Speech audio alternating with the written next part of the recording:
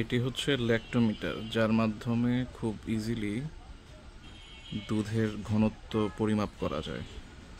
দুধ কতটুকু ঘন অথবা পানি মিশ্রিত কিনা সেই ব্যাপারটা বোঝা যায়। এখানে আমরা যেই মার্কগুলো দেখতে পাচ্ছি, এই মার্ক অনুযায়ী এই মিটারটি দুধে ডুবানোর পর বোঝা যাবে যে দুধের মধ্যে কত শতাংশ পানি রয়েছে। এটি যত উপরে উঠবে পানির পরিমাণ তত বেশি।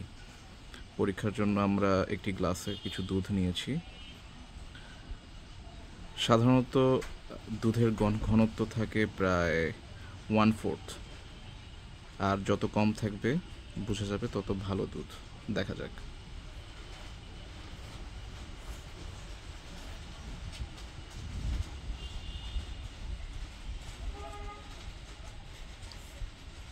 তো দুধের ঘনত্ব পরীক্ষায় এখানে এসেছে যে রেজাল্টটা, সেটা হচ্ছে 30।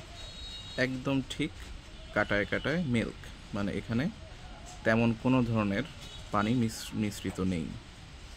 দুধের স্বাভাবিক যেই জলীয় অংশটুকু শুধুমাত্র সেটি এখানে উপস্থিত, এছাড়া এক্সট্রা কোনো পানি এখানে শো করছে না।